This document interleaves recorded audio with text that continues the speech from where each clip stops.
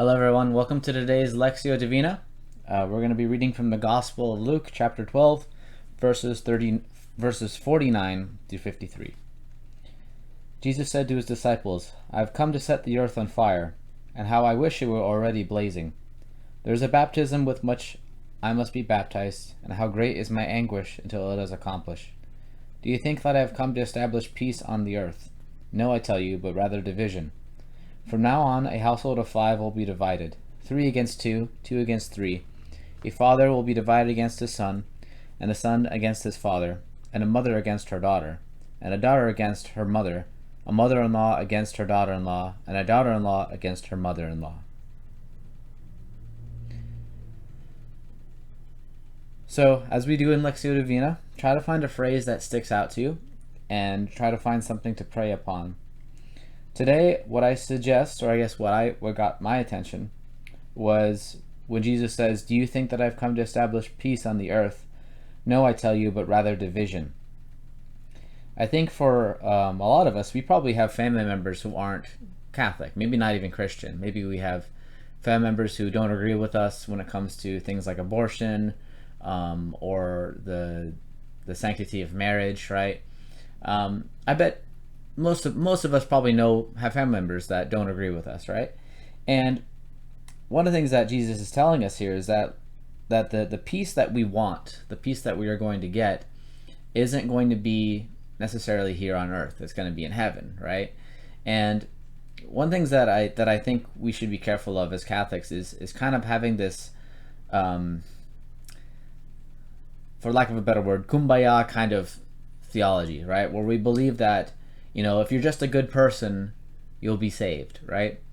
And the reality is that, the truth is unchanging. Jesus is unchanging. God is unchanging. The God of the Old Testament is still the same God of the New Testament. And as we can see, there's a lot of consequences to sin and consequences to ideologies that cause more sin to happen, right? They're such as abortion and the sanctity of marriage. So I think one thing we gotta keep in mind is as Catholics is that we have to be strong in our faith. We should if we're ever conflicted with anybody or any opposing idea, we should do so with gentleness and reverence. But we should also not give in to what the modernist take is on theology, right? Because what the world is going to slowly try to convince you, and it did for me for a long time, and I think I've learned better now not to trust in that. But the world is going to try to push this idea on you that all religions are equal, that your religion is just a matter of opinion. It's not universal truth. It's not objective truth or objective reality. It's just your opinion, right? And I think us as Americans, we kind of live our life this way, right? It's like live and let live type of thing.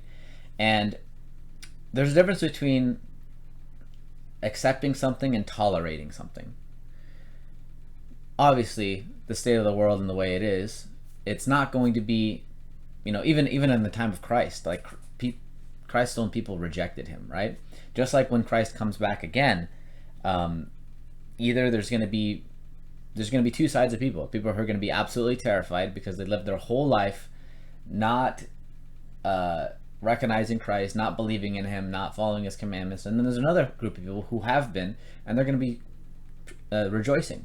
And this is going to happen to all of us, either at the end of time or at our natural death, right? And as you reflect upon this passage and as you think about it, try to think about all the times where you didn't stand up for your faith. I know there's been times I've done it. There's been times where I've just been kind of, shy making the sign of the cross before I had meals in front of friends, right?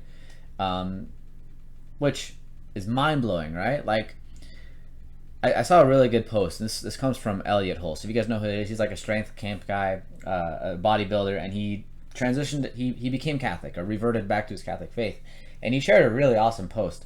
It was about how whenever you mention the names of Buddha, Muhammad, or any other religious figure, people are just like, like, oh, okay, cool.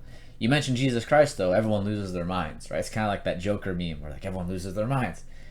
It's kind of like that, right? Like, for some reason, I don't know about you, but I get uncomfortable when I mention Jesus' name around non-Christians. I get uncomfortable. I don't know why. It's a weird feeling inside me. And I think personally that's just because of this indoctrination in our culture to have us believe that religion is just bad. Like it's a bad subject, it's a division, it's a dividing subject, and that's not a bad thing. There has to be some kind of division between the sheep and the goats. Now, does that mean we judge other people? We treat them with disrespect. We treat the person as if they are ignorant to everything? No, I'm not. I'm not for that at all. What I am saying though is that we got to recognize where we stand and recognize the mission that Christ has given us, which is to preach the gospel to the world. And by not having any kind of friction or confrontation and not standing true to our beliefs, we're going to cave in, and then we're going to give in to the world and give in to our family members' opinions just because we care about their esteem, right? I know for me, I have a lot of respect for somebody, way more respect for somebody who is very committed in their beliefs, whether it's Christian or not. If there's something they really believe in, let's say they really like, I'm going to use this as a terrible example, they really like Nickelback, the band. I don't know why people hate them so much. I don't think they're that bad, honestly. But let's say you really don't like Nickelback, and you have a friend who's just a hardcore Nickelback fan, and they go to all their concerts, they buy all their music, and they're just really hardcore. And then one day you tell them, you know what, I don't like Nickelback. And then that person that likes Nickelback, they're like, oh yeah, maybe I don't like it either. Like, then that would just be like, okay, this person is really wishy-washy, right? And I don't respect that. But if you're a Catholic and you're strongly Catholic, you're very proud about your faith. You live it out on the daily life, right? You know, you don't show off, obviously, but you make it very clear that like this is how I live my life. This is why I do the things that I do, and the decision that I make, it's based on morality. It's based on Catholicism. And sometimes I run into this with some family members, and it's not bad, but sometimes they ask me a question like, oh, are you pro-life because you are Catholic? And you know, I used to say like, no, I just objectively think that it's wrong to end a human life. But now my answer is different. It's like, yes, it's because I believe that God created a soul, and that the soul has a purpose, and we have no right to end that life, especially that of a child. We don't have that right. Very different answer. And what that is, that's putting a stake in the ground of where you believe and where you stand and with your faith, right? Because for me, you know, growing up Catholic, I wasn't surrounded by very many like strong Catholic people. Like it just wasn't a thing. Like I didn't really grow up around that. It wasn't until I got older, until I started to really read the lives of the saints, like Saint Ignatius of Loyola, and look at his spiritual exercise, that I realized like, wow, Catholicism is a super masculine thing, right? And what, of course, I'm not saying women aren't important. Women are essential to the plan of the church. In fact, they are held to the highest regard in the church, because the greatest creature on earth aside from Christ was the Blessed Virgin Mary, and she was assumed into heaven, and now she's the Queen of Heaven. That is a high place in heaven for a woman, right? So that's what I'm saying. But what I am saying though is, for especially as men, as more men leave the church and they start dabbling into other things like I did, okay, I was still part of the church, but I really didn't take it seriously for a long time. Start dabbling into Easter religion, start dabbling into things, start following guys like Andrew Tate. We see these really masculine traits, and we don't realize that Christ was the most masculine person ever. And to this day, he still is the most masculine man, right? And to be a masculine man means you got to set your boundaries, you got to set standards. And what this passage is telling us is that regardless of your own family not wanting to follow Christ, you still have to follow Christ, right? You still have to follow. You have to make an example, even if that means losing the opinion of a family member. And whose opinion is who has the power to cast you into Gehenna or raise you up and take you to heaven? That the only person is Jesus Christ. He's the only person that can do that.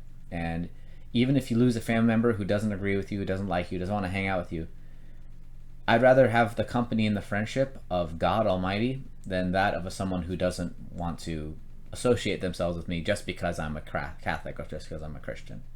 Okay, so hope you guys have a great show today, and if you guys have any comments, feel free to comment down below. Anything that you found in this passage, I want to hear what you guys think as well. Like if there's something in here that like something that struck out to you, let me know. I'd be curious to see it. So hope you guys have a great show today. God bless.